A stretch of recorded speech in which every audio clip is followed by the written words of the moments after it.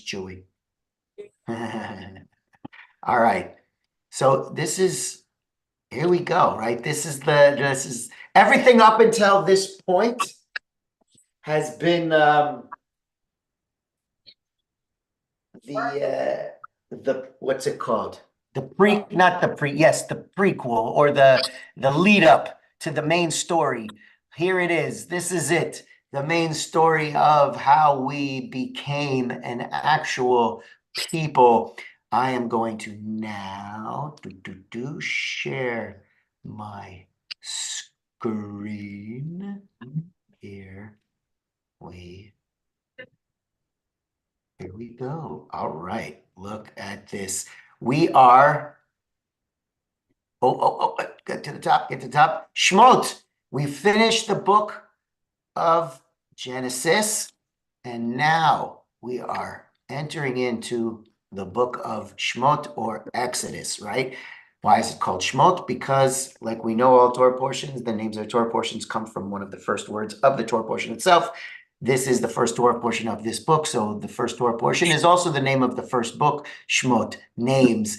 Ele ואלה שמות בני ישראל הבאים במצרים את יעקב איש וביתו בנו. These are the names of the sons of Israel who came to Egypt with Jacob, each coming with his household, right? We have Reuben, Simeon, Levi, Judah, Issachar, Zvulun, and Benjamin, Dan and Naphtali, Gad and Asher. The total number of persons that were of Jacob's issue came to 70. Joseph already being in Egypt.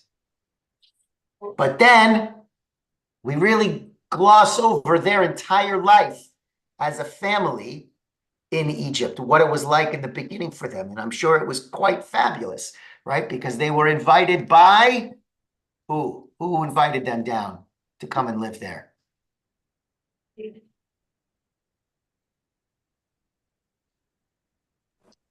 Wasn't it the Pharaoh? Yes, it was. It was the Pharaoh. It was the Pharaoh, right? Pharaoh isn't the name of a person. Pharaoh is a title, like king or something like that. And why did Pharaoh do that? This is just a little review for a little review, since I haven't seen you all in a very long time, but you were probably here last week. Why did he do that? Why did Pharaoh invite these people to come live with them? Yeah, Rebecca, keep going. Well, the Pharaoh, Joseph was like second in command to the... Yeah. Second in command, the right-hand man of the Pharaoh, because it was because of Joseph's dreams and interpretation of the Pharaoh's dreams that they were able to save the Egyptian empire, and not only save the Egyptian empire from starvation and famine, but rather help them to thrive and flourish while everyone around them were perishing and dying from no food and water. So some of those who came down searching for the food and water, because there were none, Jacob's sons, right? Coming from the land of Canaan, the promised land. But the promise didn't seem so good right there at the time because everything was dried up. Jacob was like, I don't know if we should be going down there. This is the promised land. But the brothers were like, what are you talking about? Ramish mamish. This place is all dried up. Terrible. We can't live here. Let's go to Egypt. Joseph's there. It's going to be a fabulous life. It's going to be like moving to the suburbs. It's like we're moving to Encino. It's going to be amazing. We're going to get big house, lots of land. It's going to be great. Let's do it. Okay. Jacob is a little hesitant, but he's like, all right, Joseph is already there. Then what happens? Joseph dies, right? Like we all over, however many times on period, and his brothers and all the generation, they all died. Everybody who came over first. However, the Israelites were fertile and prolific. They multiplied and increased very greatly so that the land was filled with them. Oh boy, the land is being overrun by Jews, first as refugees, and now they're proliferating. Somebody say the word for me. I know. Okay, just leave it. Yes. Yeah, prolificating. You know what I'm trying to say. And then what happened, of course? A new king arose over Egypt who did not know Joseph. How is this even possible that this new Pharaoh would not know of Joseph? How is this even possible? Joseph was the one who saved the entire Egyptian empire. How is it that there could be a king, a new Pharaoh who has no idea who this Joseph guy was? The commentary in my Bible says that 4 centuries passed, 400 years. So, No one wrote down the history. right? No one wrote that. These are the first people with the writing and all that stuff. 400 years. Okay. 400 years of people can grow. But now you have all these people who have no idea. Uh-oh, what happened? Do y'all see what's going on here? Pharaoh didn't want to know. He didn't want to know. Pharaoh didn't want to know. Or, it's like his name wasn't Joseph in Egypt. His name was something else. Oh. So perhaps that was a thing. But I have a hard time believing that the king didn't know who this person Joseph was if it was written down over centuries, right? But regardless, it doesn't matter. But he says to his people, look, the Israelite people, so he knows that they're Israelites, so he knows that they're Israelites, so he must know some sort of story of how they got there, right? Look at the Israelite people. There's so much too numerous for us. Let us deal shrewdly with them, so they may not increase. Otherwise, in the event of war, they may join our enemies in fighting against us and rise from the ground. Look at this. I mean, this kind of feels like nothing new, right? There's a saying in Hebrew, and it's in the Bible, "En chadash tachat hashemesh." There's nothing new under the sun, right? That comes right from the Bible, and here it is. You can replace names and you can replace, dates, but the ideas are still the same. Look at these. We've got these Israelites over here. I don't know. They're different than us, and look, they're numerous. They may rise up one day against us. We need to deal with them now. Yes, Rebecca. It's curious to me that Pharaoh would perceive them as being so different, because I would think by now, after so many years that have passed, that there was some kind of assimilation. Ooh, ooh. After so many years, so it could be. I mean, it's yes and right. They could have gone one way and just stayed to themselves. We're over here doing our thing. We're in Goshen. We're not in Egypt proper, or we're not in, the city proper. We're in Goshen and we're doing our thing. You do your thing, right? Like in Anatevka. What does Tevye say? And the other people outside of our little village, right? We don't bother them, and so far they don't bother us, right? That could also be. Ben, go ahead. And not to get political, Rabbi, but this reminds me of a modern story of the higher birth rate in Israel of the Arab residents than of the Jews. And there's thought that with a higher birth rate, one day the Arab numbers could outnumber the Jews, and they could take over the country. Well, it's an interesting comment. Ben, it's an interesting comment, and it's not like binary when we say Arabs, Jews, right? Because you then within the Jewish population, it's very interesting in the modern Orthodox, or in the Haredi, in the very traditional Orthodox circles, they're having many kids, right? More than in traditional Muslim or Christian Arab communities, and the quote unquote secular are having 1.2 to, I mean, they're not even replacing themselves. So that adds another. So it's just like you have these same challenges within the Jewish community, right? You have the same, we're othering ourselves and we're keeping to ourselves versus we are more secular, modern, and inviting in the outside world, which we'll get to in a second. I love that. Brad, Yeah, Rabbi, I'm a little bit puzzled in bring the it. text. In the text, it talks about a new king, and it doesn't. It's the word king and not Pharaoh. And I'm wondering if there's some significance in that. I mean, we think of the Israelites having kings. Right. I'm a little bit puzzled at that choice, that word choice. Well, it's a really interesting question, and it does say melech, right? It does say melech in the thing, but so yes, the Israelites have kings, but not till much later. Of And course.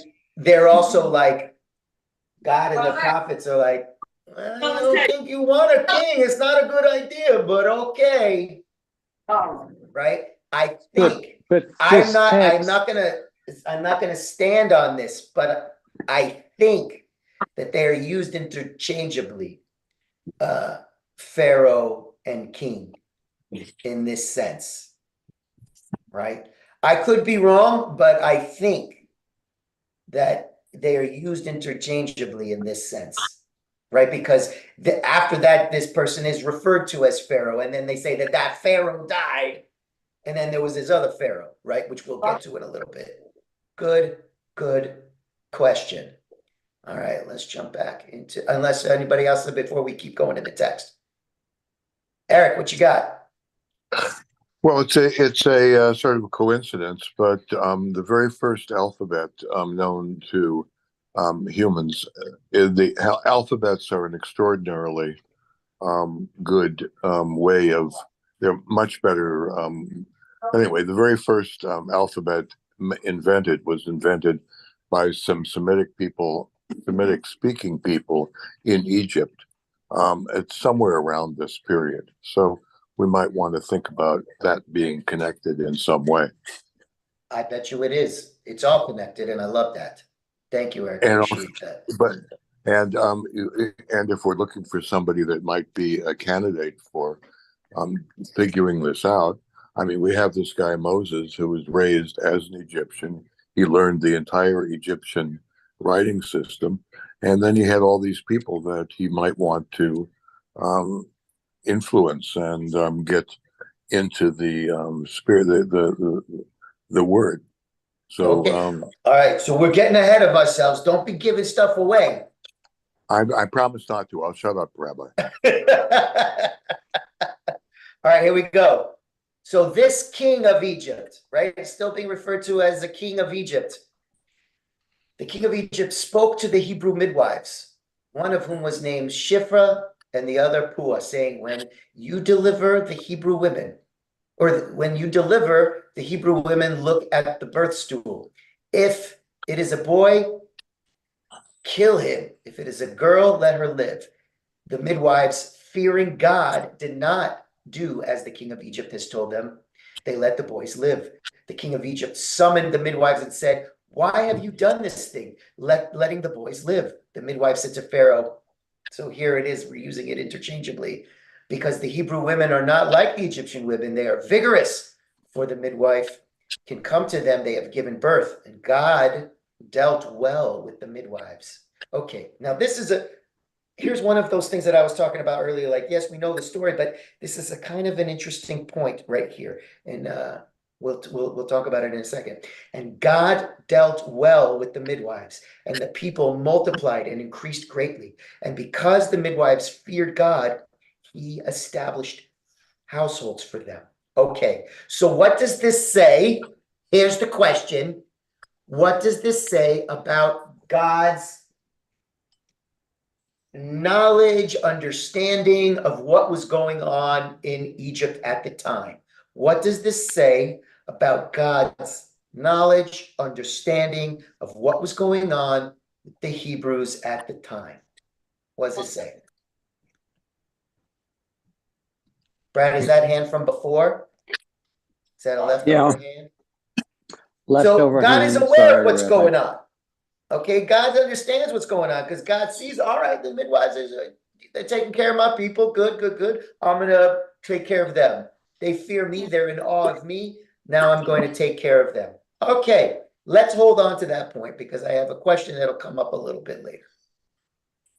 All right. A certain man of the house of Levi went and married a Levite woman. The woman conceived and bore a son. So this is going on at this time, right?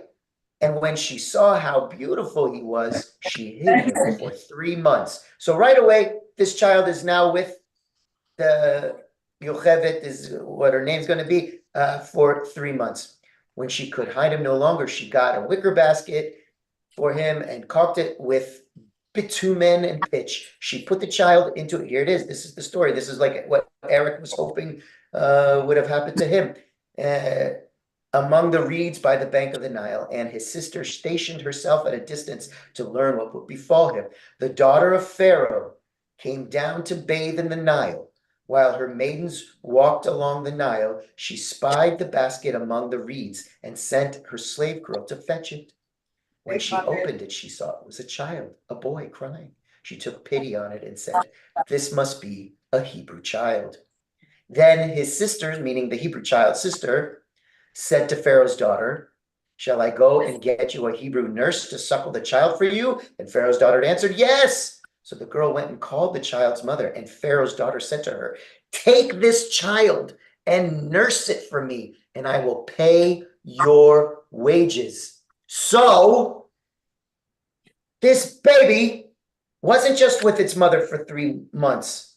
It was with this mother for a long time. For a long time. How long? When the child grew up, she brought him to Pharaoh's daughter, who made him her son.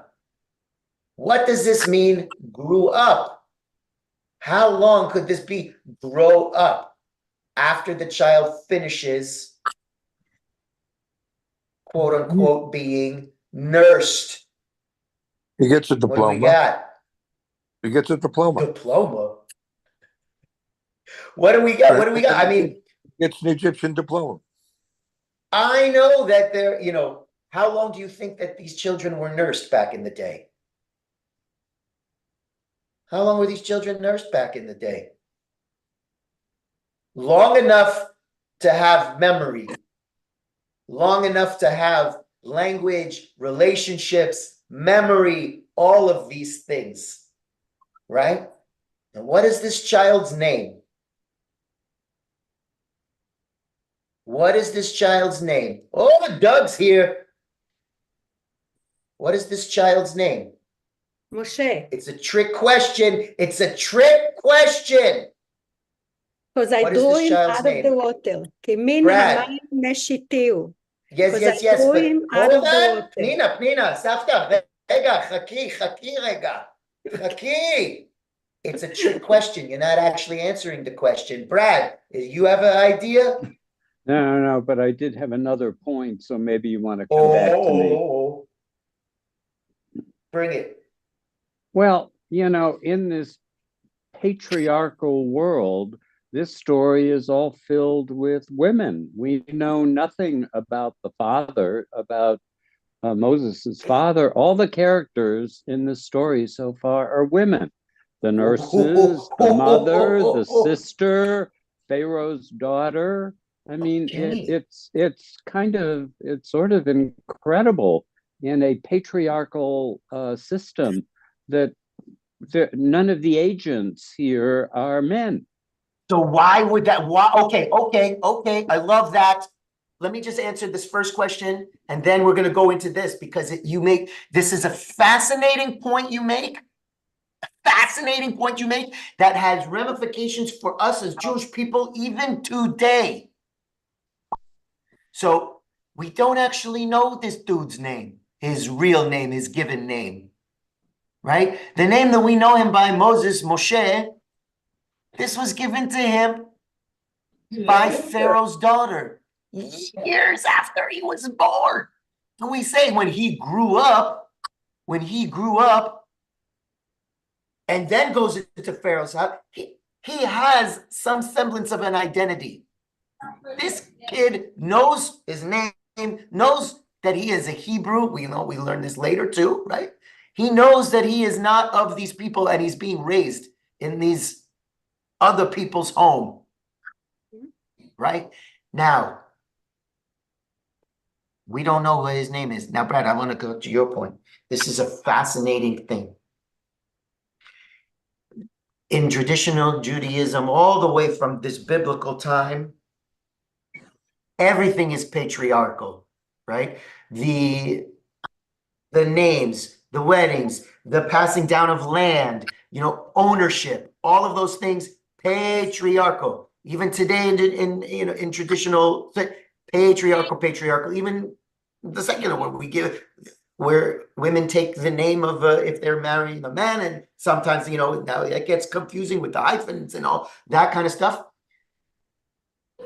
But where in tradition is it not patriarchal in one specific way, Brad? Well, the identity is through the mother. Jewish identity is through the mother. So in traditional circles, not in the progressive circles, right? Why would it be that everything else is patriarchal and this one thing is matriarchal? Everything else patriarchal.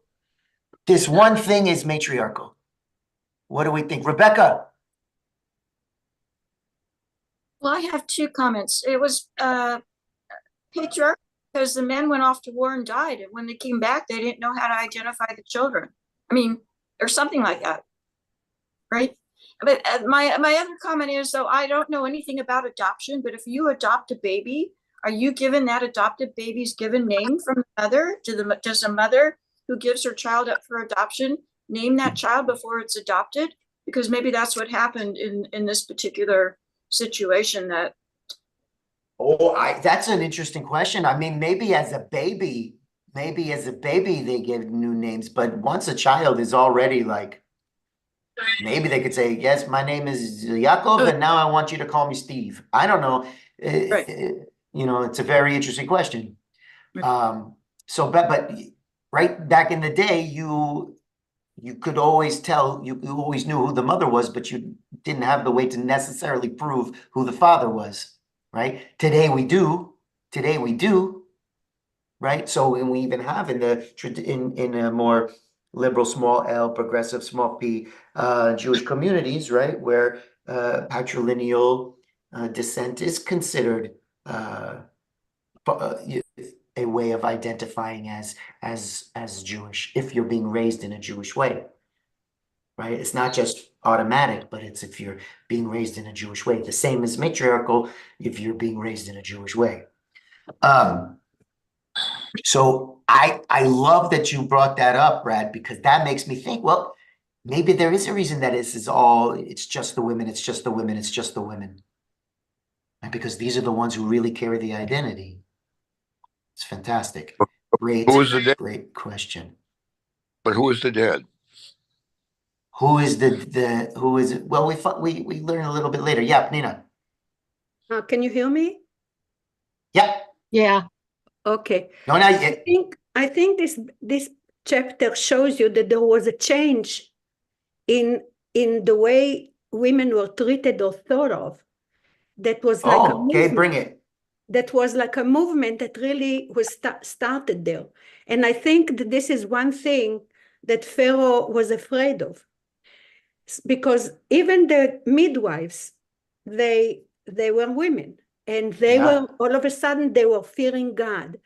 So the roles of the women till then, I think they were like priestesses, and they were sometimes thrown into the fire, and they were engaged in sexual acts as a part of the how do you call it, the whole procedure of the whatever was going on in the temples, in the idol temples. And all of a sudden now, it's not all of a sudden. I think that the Jewish population, that was the Hebrews, what they were called at the time, that were in Goshen, I think their way of life gave which was the monotheism thing. They were Ivrim, Hebrews, what they were called at the time, which means actually caravaneers, but it doesn't matter. It changed later on.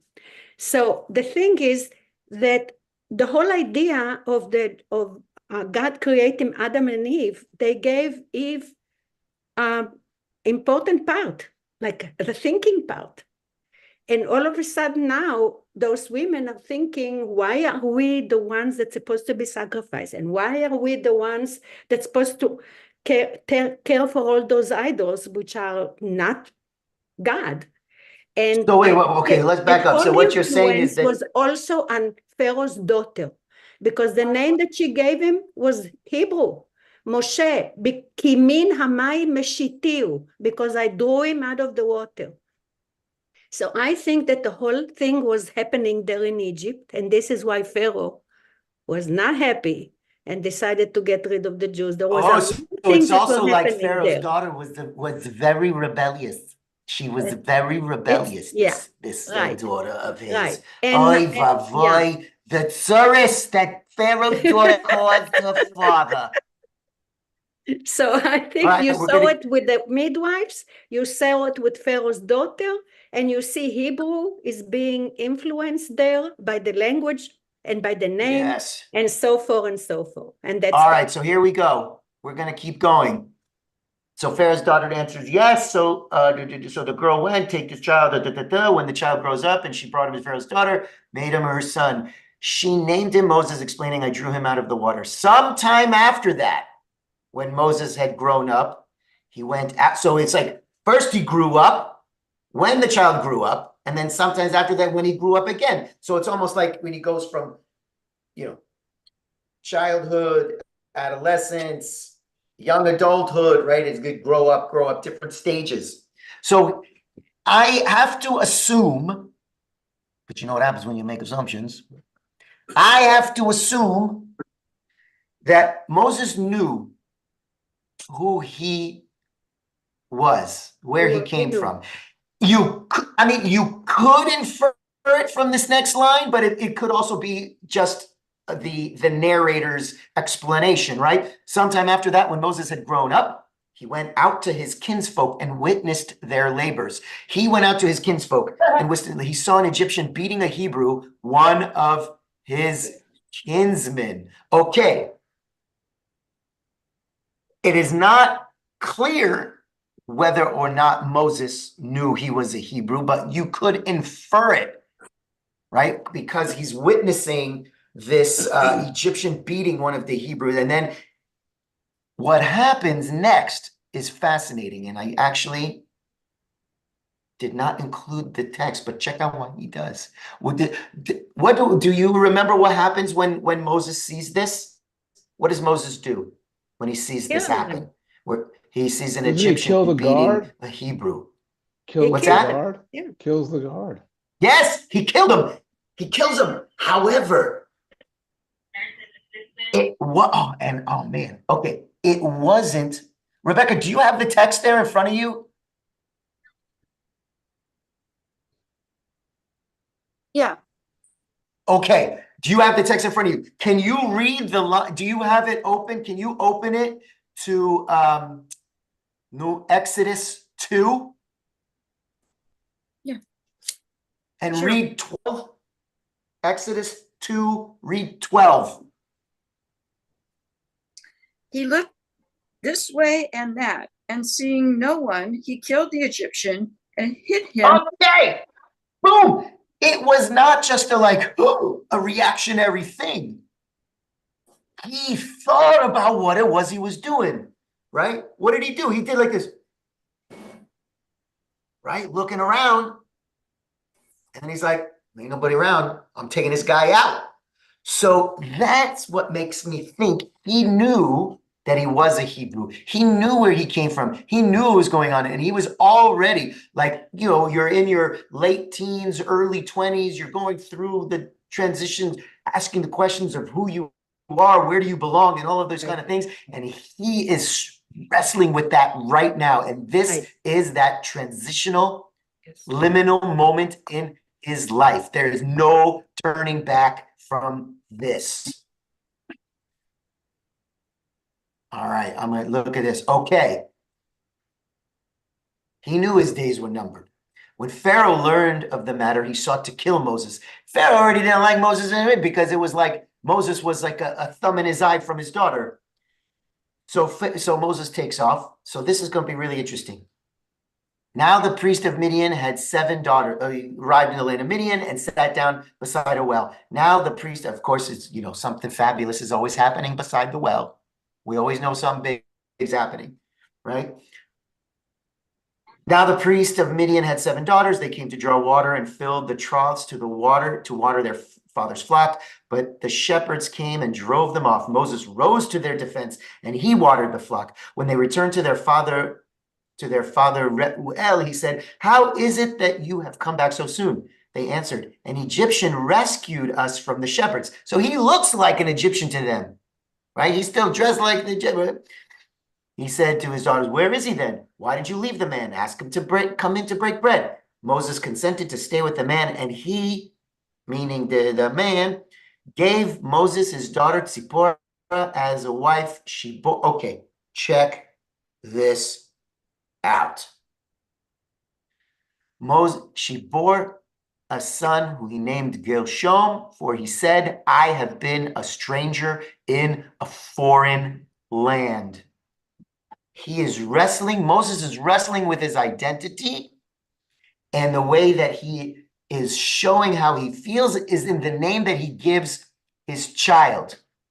I have been a stranger in a foreign land, that he does not feel that he belongs there, that his people do not belong there, that they're strangers in a foreign land. Okay, this goes back to this idea of the earlier years, assimilation, changes. Do I belong here? Well, maybe, did they keep themselves separate like they did in Nanatefka, or did they mingle? Right? Let's go back to Genesis a little earlier. What did Joseph? He loved Egypt. Joseph loved Egypt. He did everything was great. It was great. This is what foreign? I'm not a foreign. This is my place. Joseph named the firstborn, his sons, right? Menashe, meaning God has made me forget completely my hardship and my parental home. This is home now. Goshen's home now. Egypt's home now. Canaan, Shmanan. Who needs that place? That place was rough. Now, I'm living the high life here in Egypt. And the second, he named Ephraim, meaning God has made me fertile in the land of my affliction. He has made me fertile. This is the land I came to. I'm doing great here. This is fabulous. Doesn't work out so fabulous later on, does it?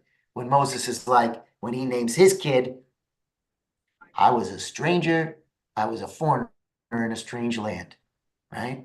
Okay. Sapta, Pnina, go ahead.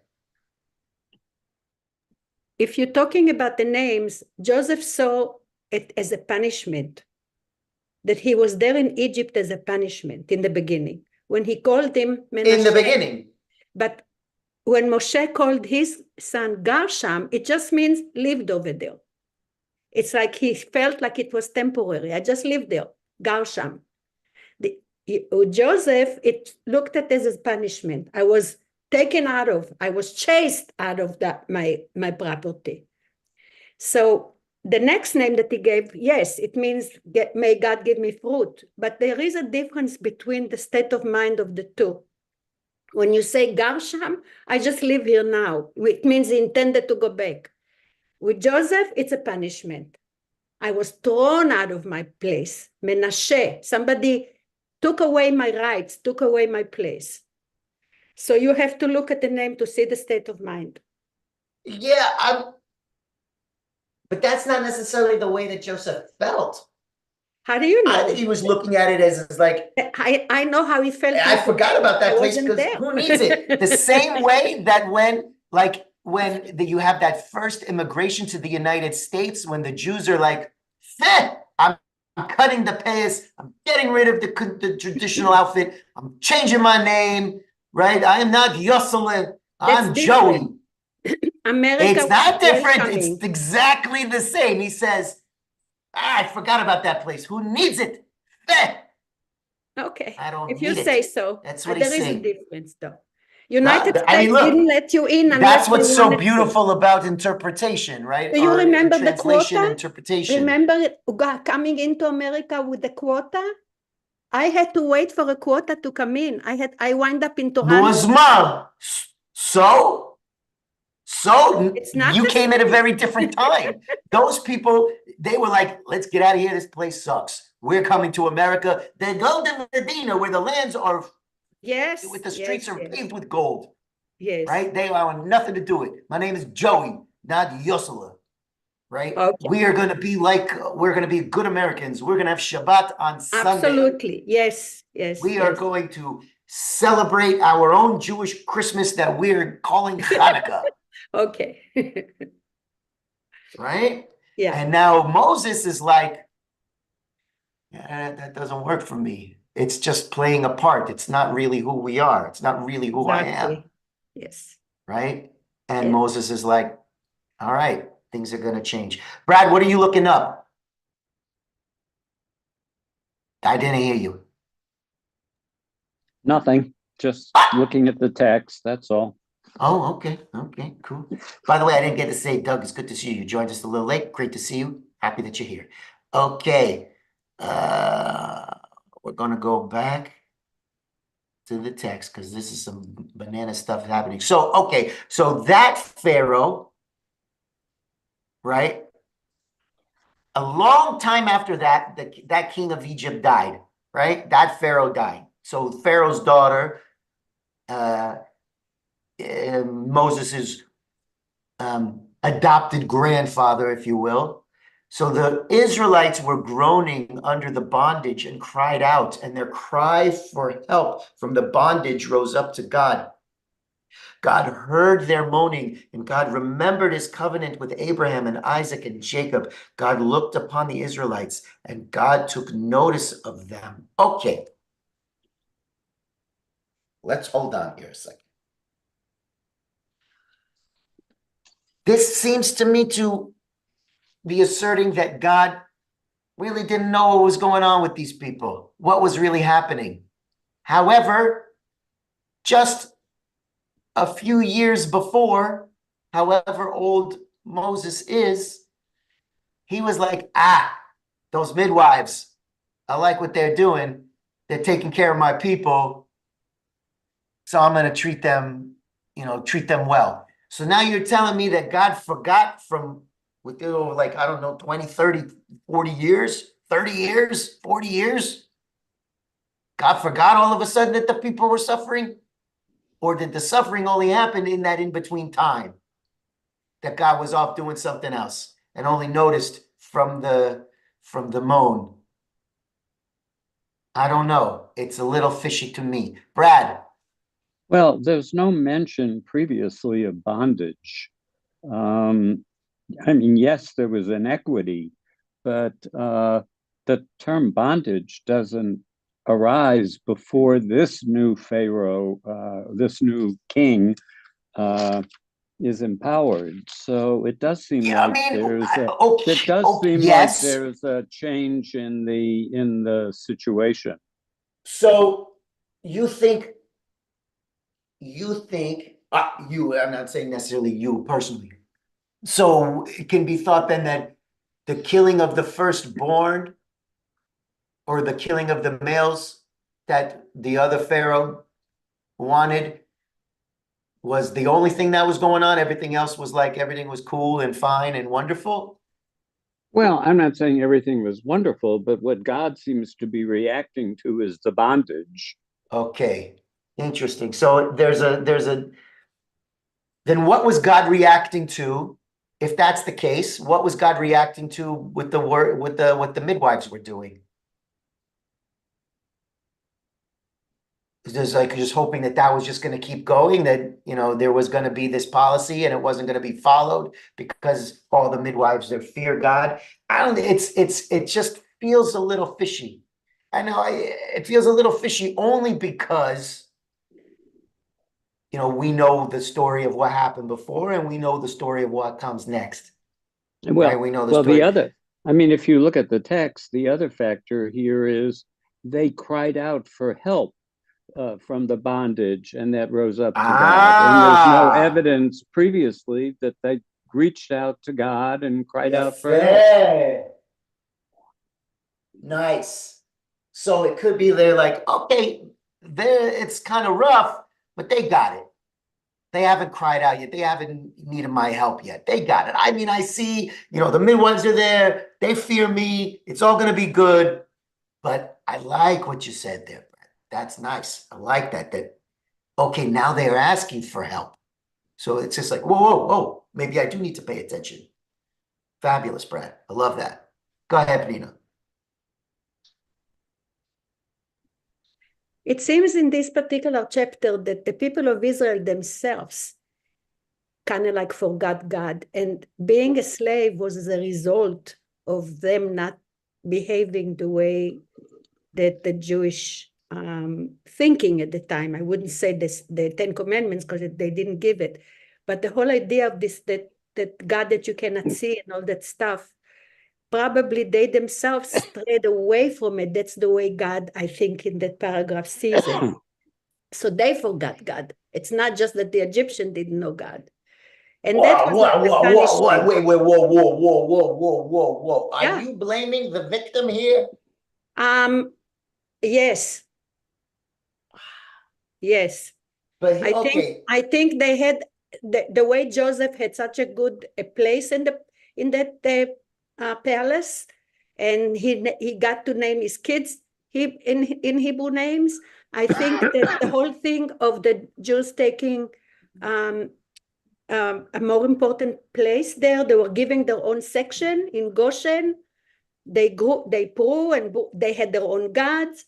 It was something, and we know sometimes that the cows and the sheep were also like gods.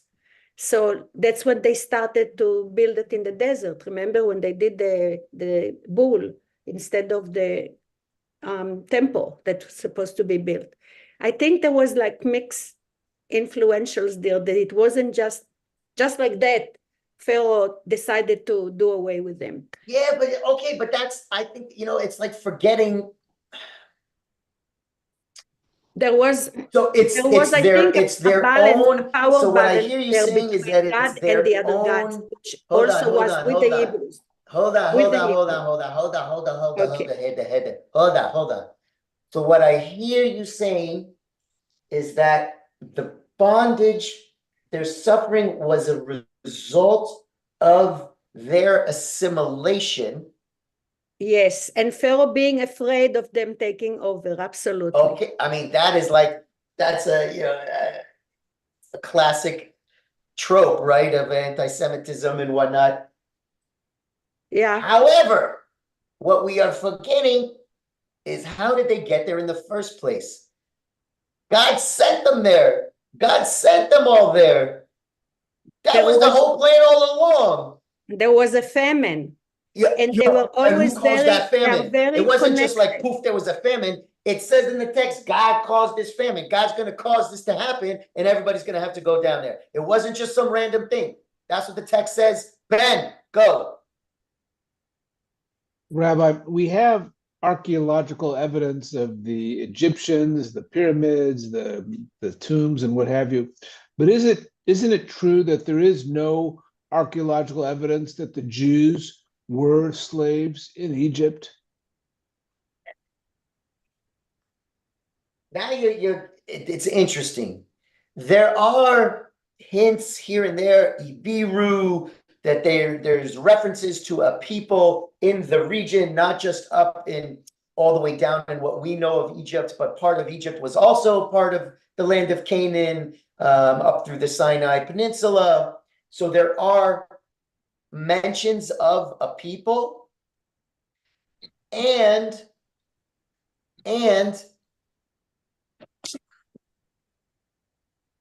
it's tricky when you start talking about archaeology, right? Because then with the story of the parting of the sea and miracles and the wandering and all of these kind of things, I don't want to say it's not, the archaeological facts are not as important as the truth that we learn from this story. Oh, no, hold on, don't be shaking your head at me, Nina. Right? Like, I mean, you saw those pictures back in the day, the chariot wheels found at the bottom of the Red Sea or the Sea of Reeds. Is like, oh, come on, that was not real. That's not real. That's not a thing. That's not a thing. That's just not a thing. And it's to me, it's not important. There is, right, within our own people's story, our creation story, our evolution story, right?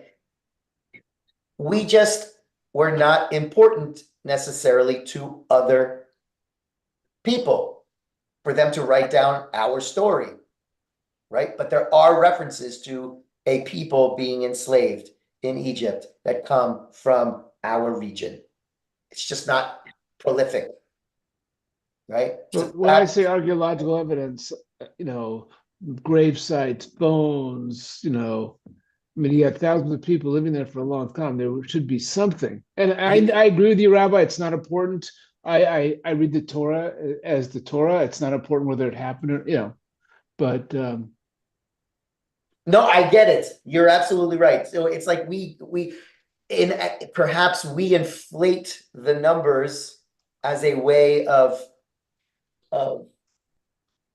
talking about the evolution of us as a people, right? It's tangentially, it's like this. It's like a lot of times when people ask me, well, what do Jews think about Jesus and Jesus's work? And I said, we don't. I'm like, what? But Jesus was Jewish. Jesus was maybe he was a rabbi. He was a prophet. He was this, and he's all over the place. How is it that the Jewish people don't know everything there is to know about Jesus? He's one of your people. Well, it wasn't part of our history, right? That's a tangent kind of thing. So it doesn't totally answer the question, but it begins to help us kind of think in a different way. I see a ton of hands. Let's go with, I'm going to go Rebecca. Merle, did you have a hand? No, Merle, no hands today. Rebecca and Penina, did I see any other hands? It's me. All right, Rebecca, go, and then Penina. My thought is this: if all the sons were being killed, who was doing the labor? The women. The women could not do the heavy labor. And so at some point, one of the pharaohs decided, we have to stop killing all the sons so we can get this stuff built. And that's why bondage wasn't mentioned until this point. Oh, I like your style, Rebecca. I like your style. I was like, yeah, it was short-sighted to get rid of these, because now who's going to build our cities? Right? Okay, Penina, then Brad. Is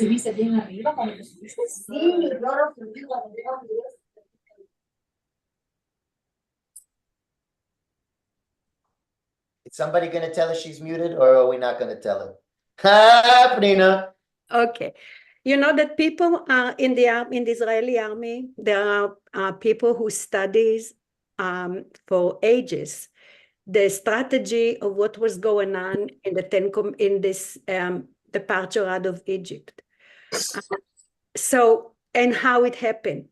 They figured that if they would have do today what they did then, it would take them through Saudi Arabia. Okay? And that's why maybe it took them 40 years.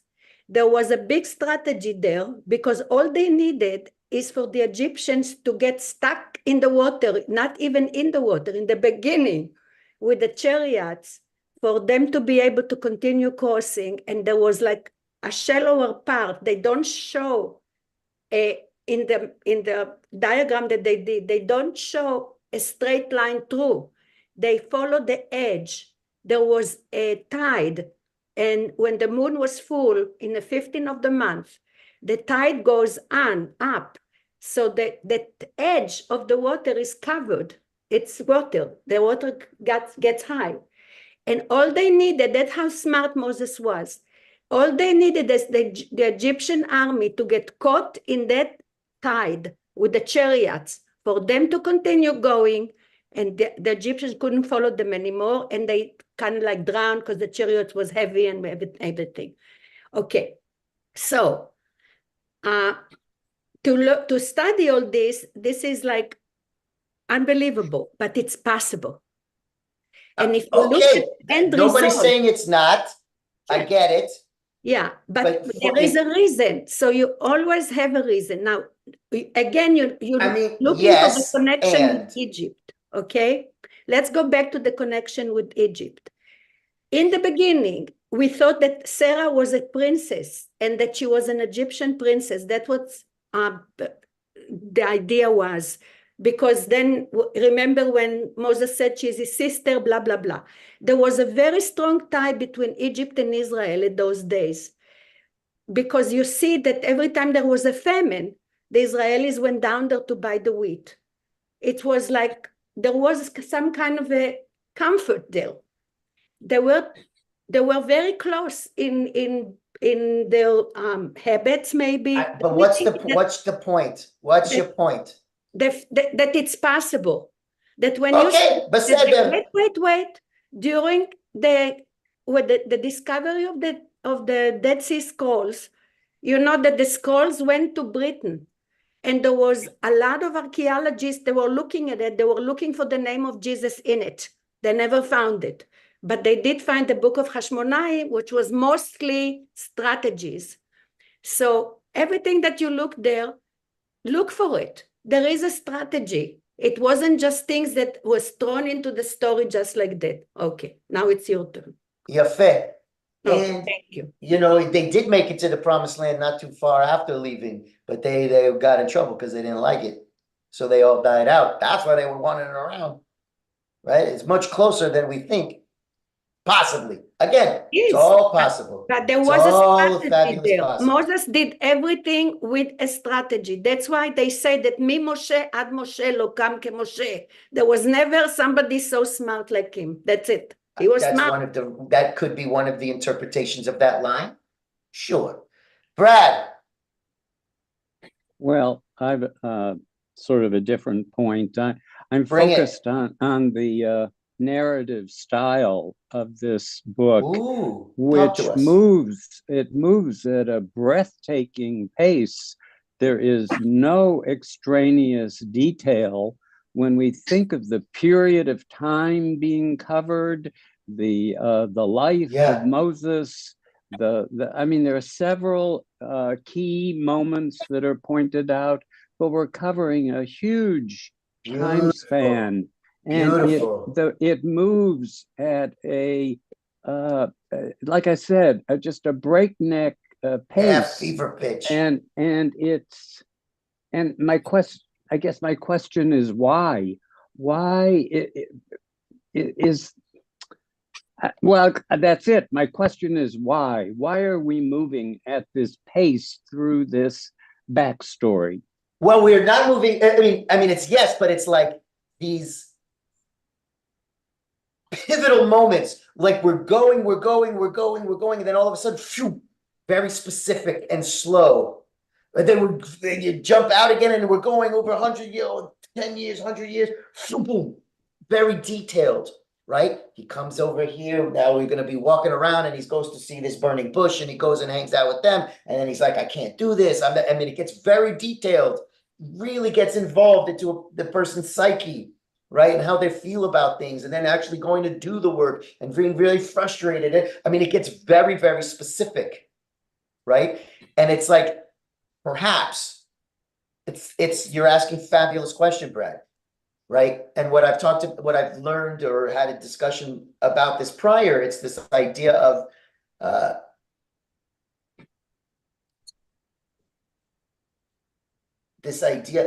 zooming into certain specific snapshots that moved the story along, like they were significant turning point moments, right? Nexus moments. These are the moments, if you will, these liminal, poignant moments. It's a fabulous question. And to a certain extent, that's really a modern a very modern literary approach. I mean, if Yes. you look at Yes. Marcel Proust in Remembrances of Things Past, for example, a Jewish writer, by the way, I mean, he can spend a whole book talking about a party that he went to, and then skip over 14 years of the narrator's life. And so it's these seminal moments that are emphasized, and I don't think that we've necessarily seen that previously in the narrative style in the Torah. I mean, I know this is also kind of interesting. I mean, it's like, it is a style of writing. I know my kid have been in English classes, they're asked to like really detail a moment. And I also think about in terms of eulogies, right?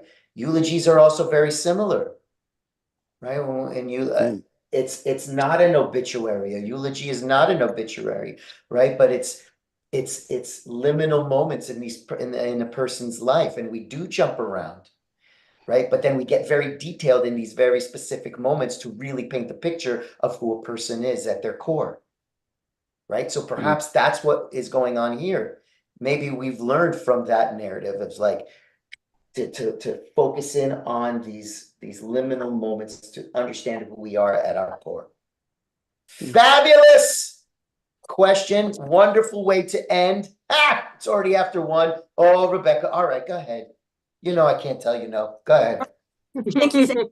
I think this is why the story is retold, and correct me if I'm wrong, in Deuteronomy and Numbers, we get more detail. So why we go back? Yeah, because you're right. Those books are known for like the detail, right? The really significant detail. We're not glossing over anything. We're telling exactly how we're building this thing with what type of wood and how long everything needs to be and how long it takes to do all this. Yes, it's a great point. Fabulous, fabulous point. So in that sense, it means that if something is in detail, that it is significant. Significant. So don't brush away the details. Don't get lost in them, but don't brush them away. Yefemod, everybody. I'm going to wish everybody a big Shabbat Shalom. Shabbat Shalom. Shalom is what I've been saying lately. Shabbat Shalom, everyone. A little bit more peace in this world, and to be continued. It's so wonderful to see everybody. Thank you, Rabbi. Thank you. Thank you. Thank you, See y'all soon. everybody. Here, Eric. Thank you. This was wonderful. Thank But you. Merle, I didn't hear too much Everybody, from you thank today. you. Look, Shabbat Shalom. Shabbat Shalom. I'm just processing it all. Blah, blah, blah. I need to hear your voice. Plus, That's the whole Sasha's in a idea. dance competition, so I'm trying to watch that too. Oh, okay. There it is. Bye, everybody. Eric, feel better, Have man. a wonderful Shabbat. Bye-bye. Thank you. Thank I you. will. Thank you.